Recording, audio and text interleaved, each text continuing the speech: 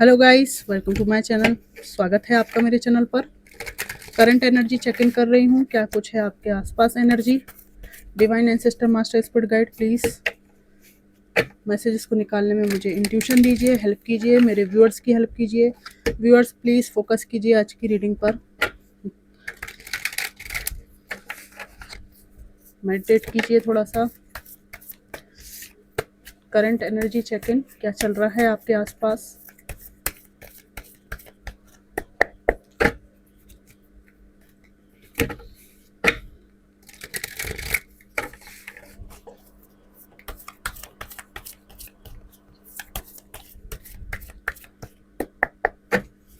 Thank you divine, thank you so much. 4 of cups, 10 of pentacles, strength, magician, S of cups, 9 of swords, queen of swords, 2 of wands। Bottom of the deck है queen of pentacles. भाई financially आप लोग बहुत अच्छा कर रहे हैं। अगर फाइनेंस बहुत शिखर पर नहीं भी है तो आपका हार्ड वर्क उस फाइनेंस को अपनी तरफ अट्रैक्ट कर रहा है। देखिए ये फल फूल पेंटिकल्स पूरे आ रहे हैं ना, तो आप अपने हार्ड वर्क से उस समय को आज ही लिख रहे हो जो भविष्य में उज्जवल होने वाला है। ठीक है, तो यहाँ पर आप किसी की आंखों को खटक रहे हो, किरकिरी बने हुए हो अपने एफर्ट से, अपने स्ट्रेंथ से। और आपका जो व्यक्तित्व किसी ने पूरा डुबा दिया था, आप मेल हो चाहे फीमेल हो, आपको परेशान करके रख दिया था, आपकी लाइफ को स्टक करके रख दिया था। आपके जीवन के 5 से 6 साल जो व्यक्ति खा गया, वो रो रहा है इस बात पे कि हाउ डेयर यू, तुम मेरे चंगुल से कैसे निकल गए। जल रहा है, भुंज रहा है बुरी तरह से, पश्चाताप है इसको। इन्होंने आपको किसी के लिए धोखा दिया है,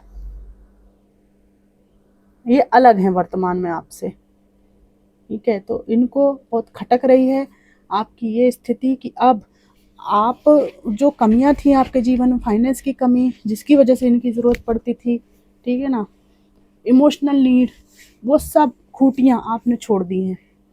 इंसान खूटी पकड़े हुए है, ये दूसरा इंसान समझ जाता है, हमेशा ही रिश्ते में से होता है कि उसको पता चल जाता है ना कि मेरी खूटी के अलावा इसके पास कोई खूटी नहीं है, तो वो इंसान फिर अपनी असली औकात दिखाने लगता है। और उसका जो भी अत्याचार है, जो भी मैनिपुलेशन है, वो इसीलिए रहता है कि उसको मालूम है कि मेरे अलावा इसके पास कोई सहारा नहीं है। तो आपने इनका फाइनेंशियल सहारा, आपने इनका मेंटल सहारा, सबको अलविदा कह दिया है। और ये व्यक्ति की आंखों में आप बहुत खटक रहे हो। मुख्य कारण यही है कि आपने अपनी ग्रोथ की, आपने अपनी इंडिविजुअलिटी की घोषणा कर दी है और आपने अपनी ताकत की भी घोषणा कर दी है कि अकेले तुम ही नहीं हो ताकतवर। अगर मैं तुमसे इमोशनल अटैचमेंट हटा दूं तो मुझसे ज़्यादा ताकतवर कोई नहीं है फिर। ठीक है, ये 10 ऑफ पेंटिकल्स का कार्ड है, ये देखिए। इनको लग रहा है कि अभी आप बढ़िया से हो और आपके जीवन में कोई पार्टनर भी है, इनको ऐसा लगता है। संपूर्ण रूप से फुलफिल हो गए हो आप। भले आपके जीवन में कोई पार्टनर है, वो इनको नहीं पता चल रहा है क्योंकि आपके जीवन को आपने बहुत सीक्रेटिव रखा हुआ है। कई जगह से पता करने की कोशिश भी कर रहे हैं, लेकिन आप जो है कुछ सीक्रेट रख रहे हो, ऐसा इनको लगता है। यहाँ पर स्ट्रेंथ का कार्ड है, मैजिशियन का कार्ड है। इस व्यक्ति को लगता है कि क्या नहीं है आज आपके पास में। अगर आप मेल नहीं है ना, तो ये फीमेल है, तो इनके लिए बहुत मुश्किल है आपको पचाना। और अगर आप मेल हैं, ठीक है, तो इनको, ये जो फीमेल पर्सन रही है आपकी, इनको बहुत मुश्किल हो रहा है पचाना कि तुम इतने सक्सेसफुल होने वाले हो, तुम इतने मतलब कटके रहने लगे होगे, ये सोच भी नहीं सकती थी। आपने खुद को अलग किया है इनसे, और जो कुछ भी आपने चाहा अपने हाथों से, अपनी मेहनत से क्रिएट किया है। और जो लोग इस पथ पर अभी चल रहे हैं, उनके लिए पूरी पक्की बात है कि आप सब कुछ अपने जीवन में पालेंगे। और यही देख देख के इनकी आंखों में आप खटकते हो कि एक तो इनको ना आपको एक ऑप्शन की तरह रखना था। दूसरी बात ये, आपको सफल भी नहीं देखना चाहते, जेलसी की भावना भी है। दूसरा केस यहाँ पर एक और है, आपके पर्सन को अपने किसी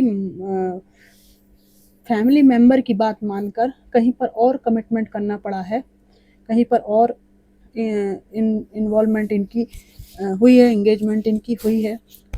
वहीं इनको लग रहा है कि आपके जीवन में इन्होंने धोखा तो दिया, तो उस दौरान आपने बहुत ट्रॉमा झेला है, बहुत ज़्यादा।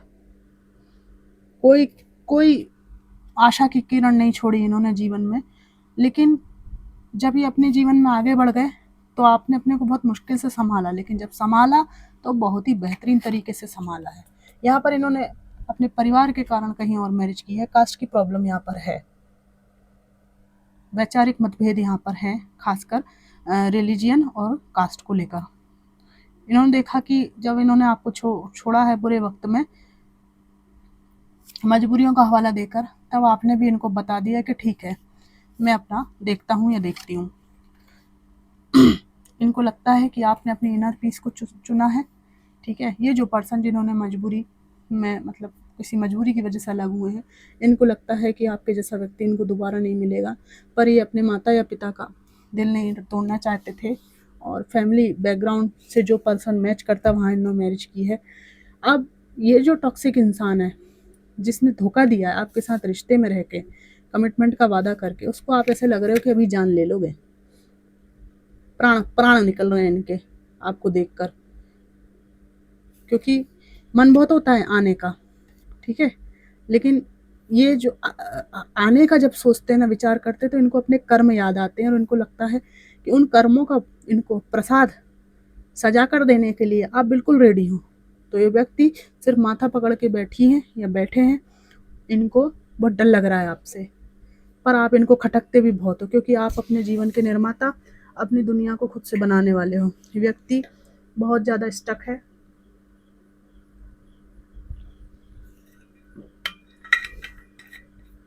और इनको लगता है कि इनसे बहुत बड़ी भूल हो गई है, आपको मिसजज करके बहुत बड़ी भूल हो गई है। अब ये रीडिंग में ये व्यक्ति आ ही गए हैं, आपके एक्स। तो मैं देखती हूँ इनके क्या मैसेजेस हैं, इतने क्यों फड़फड़ा रहे हैं ये।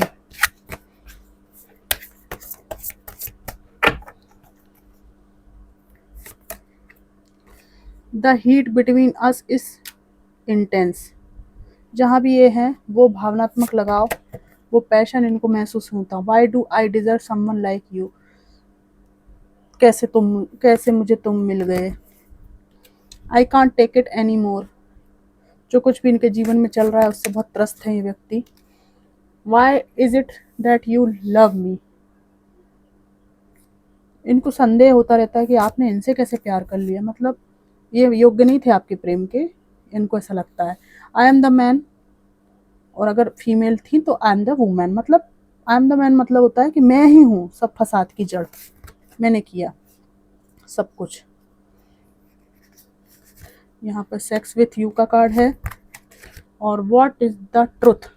कोई संदेह, कोई बेईमानी, कोई झूठ कपट, कुछ कान भरे गए हैं, और इसके बारे में इनको लगता है कि अब कम्युनिकेशन नहीं हो रहा है, लेकिन ये कुछ ऐसा है जो झूठ इनको लगता है, और ये जानना चाहते हैं कि उस मामले में सच्चाई क्या थी।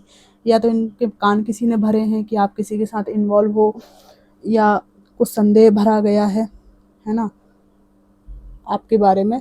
तो ये जानना चाहते हैं कि सत्य क्या है। हो सकता है इनके टॉक्सिक बिहेवियर को भुगतते भुगतते आपने भी बहुत त्रस्त हो गए हों, और ये उम्मीद करते हों कि पहले जैसा हसीन प्रेम आप इनको करेंगे, उसकी जगह आपने इनको भी खरी खोटी सुनाई है ना। दुर्व्यवहार के बदले दुर्व्यवहार हो ही जाता है इंसान से, लगातार आप दुर्व्यवहार करोगे, तो इनको विश्वास ही नहीं रह गया था कि आप इनसे प्रेम भी करते हो या नहीं करते हो। तो क्या करते हो, तो भाई देखो, आपने प्रेम नहीं दर्शाया तो सामने वाला कब तक दर्शाएगा, है ना। इसका मतलब ये थोड़ी कि प्रेम नहीं था, प्रेम नहीं होता तो रिश्ता कैसे इतने समय जुड़ता या कोई किसी को झेलता। आप एक इनोसेंट जानवर को भी बार बार अगर चोट पहुंचाओगे, वो भी रिएक्ट करेगा, ठीक है ना। तो फीलिंग्स तो इंसान में बहुत ज़्यादा होती है। तो इनकी उम्मीद कि आप पूरे समय ही इनके टॉक्सिसिटी के बावजूद भी बिल्कुल प्रेम ही बरसाते रहो, वो आप नहीं करे। और आपने भी इनको बहुत कुछ सुनाया है, तो ये कह रहे हैं कि क्या सच है, ये कोई छुपी हुई बात है, क्या वो सच है? आपको आपके खुद के प्रेम पर इनको लग सकता है कि आपने भी इनको खरी खुटी सुनाई है, तो क्या आप प्रेम करते? मतलब इस व्यक्ति को ना ऑल टाइम प्रेम चाहिए, दूसरों को प्रेम देने में ये बहुत कैलकुलेटिव है, ऐसा है। तो अभी इनको इसलिए खटक रहे हो आप कि आप प्रेम कर रहे हो खुद से, परमात्मा से, प्रकृति से और अपने गुणों से। और आपके पास कोई पेट भी है। कुछ लोगों को कुकिंग का बहुत शौक है ना। खिचड़ी बहुत खाते हो आप, ठीक है, खिचड़ी बहुत खाते हो। कोई वाटर बॉडी के पास रहता है ना, पक्षियों की आवाज़ सुनना, वहाँ पे मेडिटेट करना।